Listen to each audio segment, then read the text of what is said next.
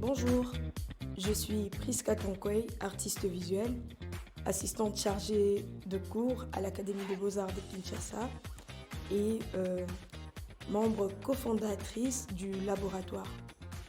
Alors depuis un moment, je me suis aussi retrouvée dans la coordination de différents projets axés sur l'art contemporain à Kinshasa. Dans les cadres du projet Art School, Kinshasa à Londres, nous avons axé notre réflexion autour de la frontière qui existe ou qui existerait entre la SAP et la performance art. Nous avons essayé dans cette étude de décortiquer, faire les parallélismes et tirer des conclusions sur ces thèmes qui est en même temps un questionnement et une tentative de confirmation. Cet exercice s'inscrit dans une approche empirique et scientifique. Alors voici comment nous avons établi différents points pour mener à bien cette étude. Nous avons pour un début une introduction. Ensuite, nous parlerons un tout petit peu de la SAP, de la performance et aussi des autres pratiques similaires à la SAP et la performance. Je cite ici les dandys, les clowns et l'arlequin. Et nous allons vraiment nous attarder sur deux festivals d'art contemporain à Kinshasa. Je cite SAP sur scène et les festivals Kinétélémi. Ensuite, nous aurons une conclusion pour en tout cas clore cette belle étude.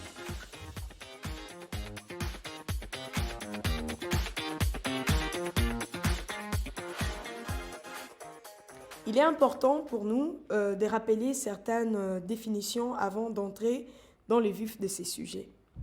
Alors, on va rappeler ici ce que vous connaissez, je pense déjà, c'est que c'est la SAP. Je vais vous faire une petite définition. Et donc, la SAP, cet acronyme a pour définition la Société des ambianceurs et des personnes élégantes. Elle apparaît au début des années 70, il désigne un mouvement vestimentaire populaire qui se développe autour du milieu de la musique à Brazzaville, Kinshasa, Abidjan, Paris et Londres, bien évidemment, etc.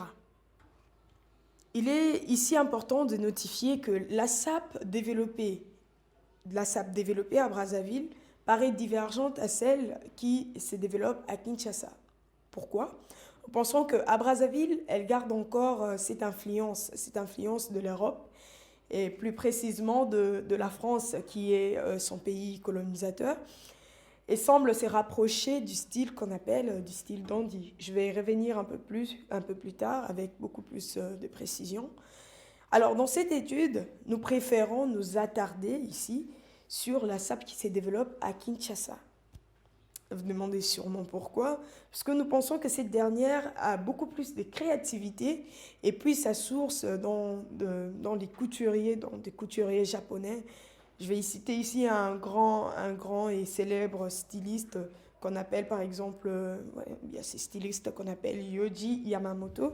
En plus d'être sapeurs, ces sapeurs, on les appelle aussi des japonais. Donc pourquoi japonais ? Parce qu'évidemment, ils s'inspirent de la culture japonaise en adoptant un style vestimentaire qu'on appelle ici Bilamba Mabe ou Sumba. Donc je vais faire une petite traduction, Bilamba Mabe qui veut dire, Bilamba Minene plutôt, qui veut dire en fait des grands habits. Donc ils ont une tenue, on retrouve en tout cas des habits assez grands. Un personnage par exemple qui agence plusieurs habits, mais d'une taille assez grande. Et au fil du temps, ils intègrent un nouvel aspect dans leur pratique. Donc on voit ici la création de costumes.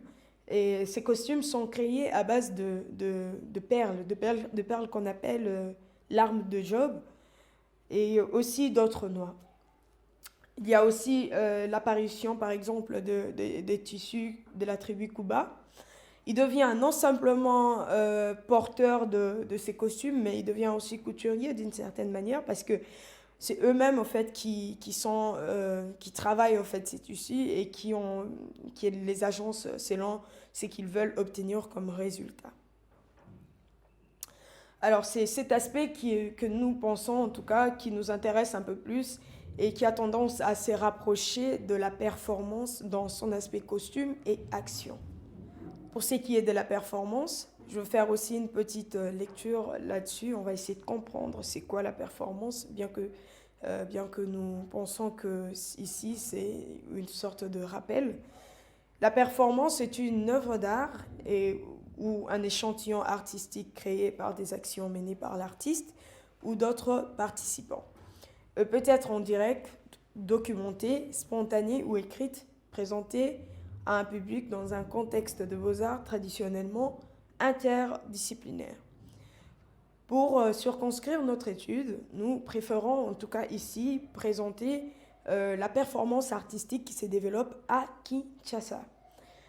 Alors pourquoi? Parce que déjà nous pensons que c'est un secteur que nous maîtrisons beaucoup plus et ce serait intéressant pour nous de retracer un peu sur le plan historique en tout cas les développements de cette performance art à Kinshasa où je vais citer ici des activités ou enfin des actes majeurs du développement de cette performance à Kinshasa.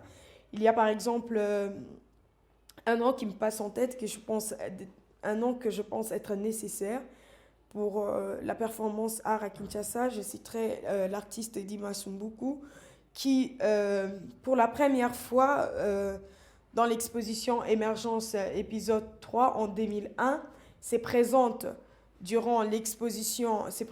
en costume de chef coutumier avec une lampe à pétrole à la main devant une bière et dans laquelle s'est trouvé un dictionnaire qui par la suite était achevé par les jets de quelques participants d'un coup d'œil à l'intérieur du cercueil devant eux. Donc nous pensons que ça a été en fait l'acte majeur de la performance à Kinshasa. Et déjà en intégrant cet aspect interaction entre le public et l'artiste qui pose l'acte, il a rejoint au fait cette forme de happening dont l'artiste lui-même ignorait même l'existence de cette appellation performance art sous d'autres cieux et même la dénomination de certaines pratiques. Et vers les années 2003, apparaît un groupe d'artistes, ou je dirais des ressortissants de l'Académie des Beaux-Arts, donc des étudiants, qui ont créé un collectif intitulé ESA Possible. ESA Possible, c'est en tout cas pour dire que c'est possible. Et ils s'approprient au fait le mot performance. Donc c'est pour la première fois qu'ils viennent, qui débarquent dans la scène avec cette dénomination appelée performance art.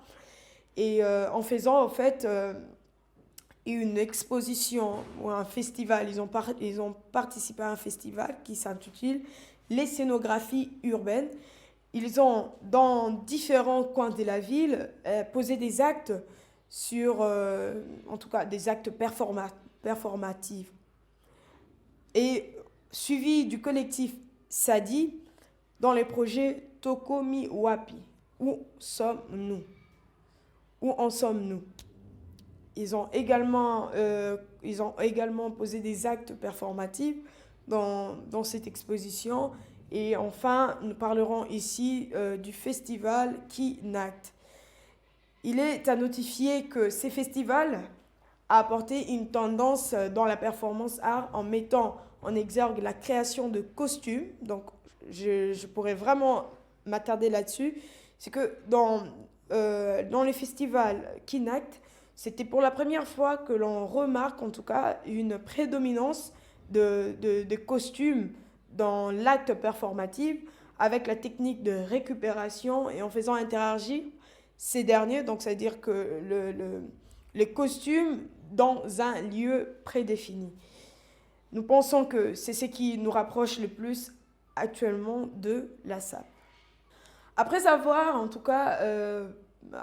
cherché, nous avons trouvé quelques pratiques artistiques qui semblent similaires à la SAP et la performance art. Je vais citer ici les dandys, les clowns et l'arlequin. Je vais faire une petite lecture de ce que c'est les dandys. Les dandysmes est un phénomène social et littéraire du 19e siècle, réduit souvent à tort à une simple doctrine de l'élégance et du raffinement. Il est constitué au contraire, en tout cas, il constitue au contraire une révolte permanente, une volonté de combattre et de détruire les trivialités.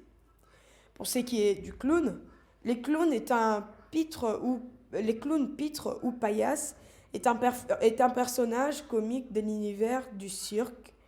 Visage disparaissant sous les maquillages, vêtu de façon spectaculaire, les clowns se partagent traditionnellement en Auguste et en clown blanc. Et enfin, l'arlequin.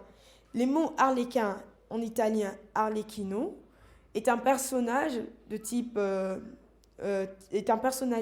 de la commedia dell'arte qui est apparu au XVIe siècle en Italie, au masque noir et dont le costume est fait de losanges multicolores. Ceci représenterait les multiples facettes de l'arlequin ainsi que sa pauvreté.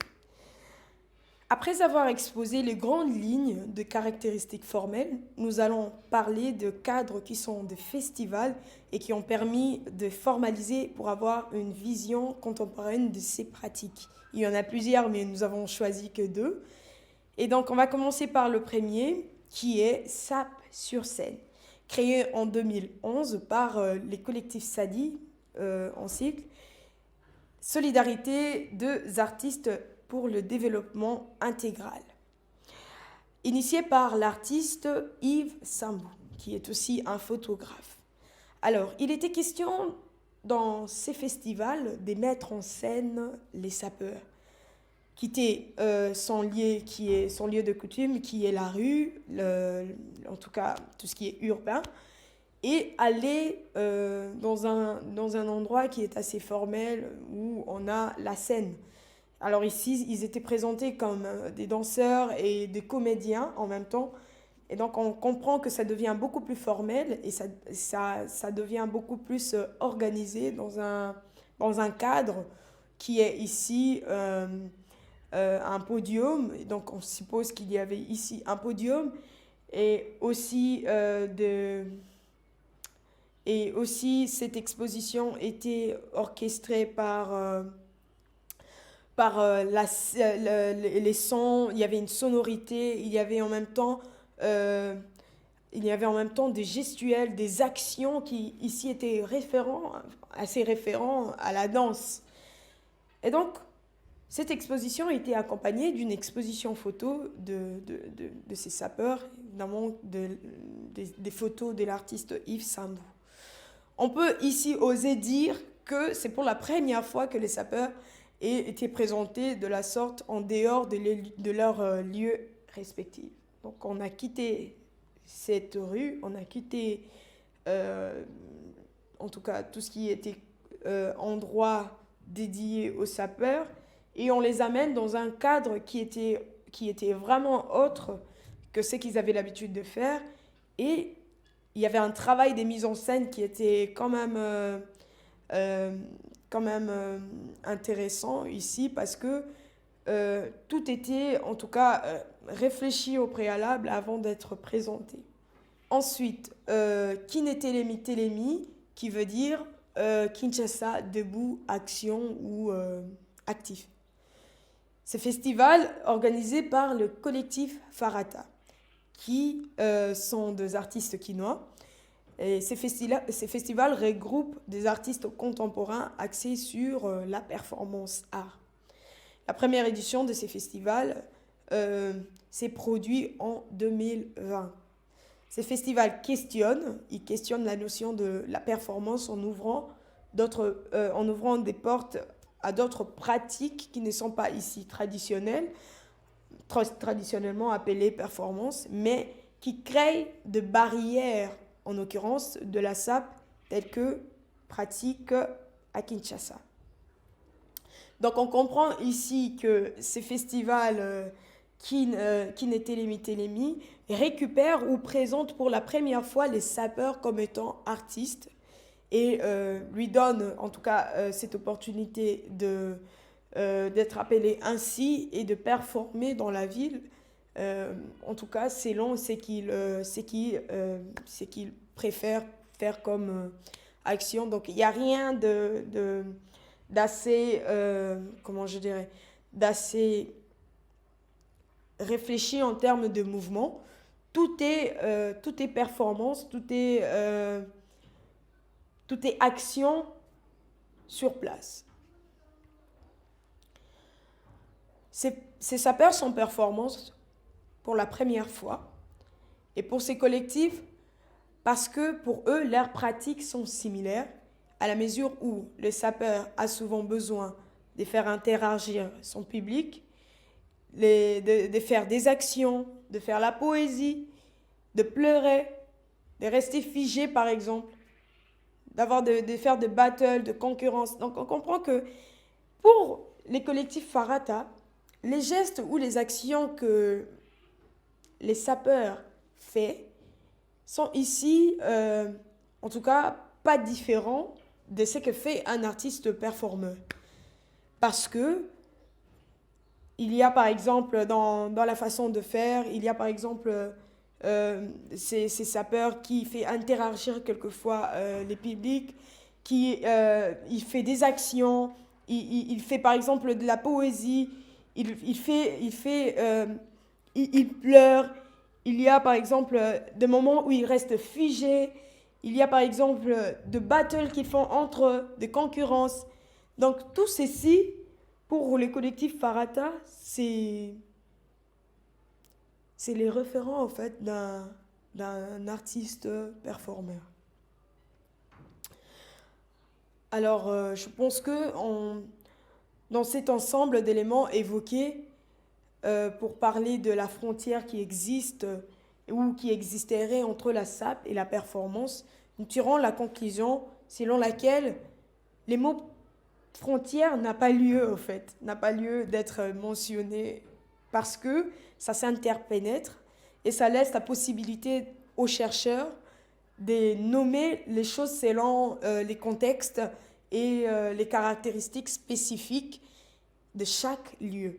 Donc ça dépend maintenant du lieu, ça dépend maintenant du contexte avant qu'il y ait une certaine dénomination.